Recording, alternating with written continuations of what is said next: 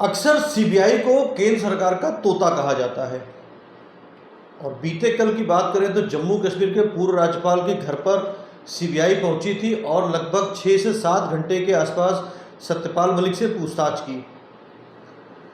पूछताछ करने के बाद सीबीआई का एक बयान जो मीडिया चैनलों पर या मीडिया घरानों में है वो ये है कि सीबीआई ने कहा है कि हम सिर्फ उनसे पूछताछ करने आए थे और कुछ नहीं। मगर सत्यपाल मलिक है, ये चुप रहने वाले नहीं हैं। ये चौधरी चरण सिंह के ज़माने के नेता है, खाटी जाट नेता है।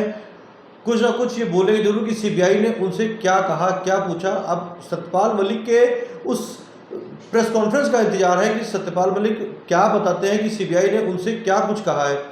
क्या सीबीआई ने उनके ऊपर एक मानसिक तौर पर दबाव बनाया है कि बीते दिनों में आपने जो कुछ भी कहा है, अब तो जो कह चुके वो तो कह चुके, अब आगे आप किसी प्रकार की कोई बातें नहीं करेंगे, क्योंकि ऐसा माना जा रहा है कि सीबीआई ने कहीं ना कहीं सत्यपाल मलिक के ऊपर मानसिक तौर पर दबाव बनाया गया होगा। क्योंकि आने वाले समय में 2024 के चुनाव है और जिस तरीके से जम्मू कश्मीर के पूर्व राज्यपाल सत्यपाल मलिक बेखौफ होकर, बेबाक होकर बोलते हैं, उससे कहीं ना कहीं केंद्र सरकार या मोदी सरकार की नींद उड़ी हुई है। अब आपको बता दें नींद क्यों उड़ी हुई है, आपको थोड़ा सा इसके पीछे फ्लैशबैक में लेकर चलते हैं। बीते कुछ दिनों पहले सत्यपाल मलिक ने एक निजी टीवी चैनल को एक इंटरव्यू दिया था।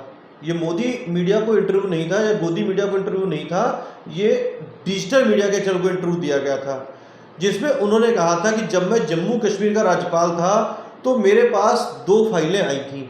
ये सारा कुछ एक निजी टीवी चैनल को दिए गए इंटरव्यू के आधार पर मैं बता रहा हूँ आपको, जो सत्यपाल मलिक ने दिया था, जो जम्मू कश्मीर के पूर्व राज्यपाल थे। उनका कहना था कि बीते जब मैं जम्मू कश्मीर का राज्यपाल था तो मेरे पास 2 फाइलें आई थी। एक भारत के व्यापार जगत के बड़े घराने ग्रुप से थी और लाने वाले थे आरएसएस के एक बड़े नेता। उन्होंने उन नेता का नाम भी लिया था, मैं नाम भी आगे बताऊंगा, और ग्रुप घराना कौन सा था वो भी बताऊंगा, जिसमें मुझे 300 करोड़ रुपए की रिश्वत ऑफर की गई थी और मैंने मना कर दिया था। मैंने उन फाइलों को वापस भेज दिया था। सवाल इस बात का है कि सीबीआई किस बात की जांच करने पहुंची थी। सीबीआई क्या इस बात की जांच करने पहुंची थी कि साहब आपने घूस क्यों नहीं ली थी। अगर सीबीआई को जांच करनी थी तो इस बात की जांच करते कि सीबीआई घूस देने वाला शख्स कौन था। जो बीच वाले पर्सन थे, जो आरएसएस के बड़े नेता थे, उनके घर सीबीआई क्यों नहीं पहुंची। क्या सीबीआई को उस घर का रास्ता नहीं पता है, या सीबीआई के पैरों में मेहंदी लग गई है जो आरएसएस के उस नेता के घर नहीं पहुंची, या उस बड़े घराने घर नहीं पहुंची जिसने 300 करोड़ रुपए की रिश्वत ऑफर की थी, या फिर सीबीआई बंद कमरे में सत्यपाल मलिक का धन्यवाद अदा करने पहुंची थी कि साहब आप तो बहुत अच्छे इंसान हैं, आपने 300 करोड़ रुपए की रिश्वत नहीं ली, हम आपका धन्यवाद करने आए हैं। अरे साहब धन्यवाद अदा करना था तो बंद कमरे में क्यों किया, खुले कमरे में कर लेते। अब आपको बता देते हैं कि जिस घराने पर आरोप लगाया था वो घराना कौन था। वो घराना है अंबानी ग्रुप। यानी अंबानी ग्रुप भी 2 ग्रुप है, एक मुकेश अंबानी ग्रुप, एक अनिल अंबानी ग्रुप। अनिल अंबानी ग्रुप के ऊपर उन्होंने आरोप लगाया था कि अनिल अंबानी ग्रुप की तरफ से मुझे 300 करोड़ रुपए की रिश्वत ऑफर की गई थी, और रिश्वत का ऑफर लेकर के आए थे आरएसएस के बड़े नेता राम माधव। अब सीबीआई को पूछताछ करनी ही थी तो एक बार राम माधव से पूछताछ कर लेते या अनिल अंबानी से पूछताछ कर लेते। सीबीआई सीधे पहुंच गई सत्यपाल मलिक के यहाँ, जिसका चौतरफा विरोध हो रहा है। अभी 4 दिन पहले की बात है, 4 दिन पहले भी जब सत्यपाल मलिक के घर पे कुछ लोग पहुंचे हुए थे, किसानों के नेता पहुंचे हुए थे, तब भी दिल्ली पुलिस ने उनके घर पर उनको कार्यक्रम करने से रोक दिया। तब सबने देखा था कि किस तरीके से सत्यपाल मलिक को दिल्ली पुलिस के थाने में लेके जाया गया और 4-5 घंटे के बाद में उनको रिहा कर दिया गया था। हालांकि किसानों के नेता भी पहुंचे हुए थे, किसानों के नेताओं ने उनका समर्थन भी कर दिया था। किसान नेता की बात करें तो किसान आंदोलन जब चला तब भी सत्यपाल मलिक लगातार किसानों के समर्थन में खड़े हुए थे और केंद्र सरकार की नीतियों के ऊपर लगातार बयान देते रहते थे, जिससे भी केंद्र सरकार कहीं ना कहीं चिंतित नजर आती थी। और अब केंद्र सरकार के ही नंबर 2 के मुखिया, मतलब इस सरकार के नंबर 2 के मुखिया यानी अमित शाह ने बयान दिया है कि आपका ज़मीर अब क्यों जागा। यानी उनका ये कहना है कि सत्यपाल मलिक का ज़मीर तब क्यों जागा जब उनको राज्यपाल पद से हटा दिया गया। ज़मीर जागने का क्या तात्पर्य निकाला जाए कि आप इनका ज़मीर तो जाग गया, कम से कम राज्यपाल हटने के बाद ज़मीर जाग गया, लेकिन सरकार का ज़मीर कब जागेगा। सरकार को तहकीकात इस बात की करनी चाहिए कि आखिरकार जो रिश्वत कांड में जो उन्होंने नाम लिए हैं, कम से कम पूछताछ उनसे भी कर लेते एक बार।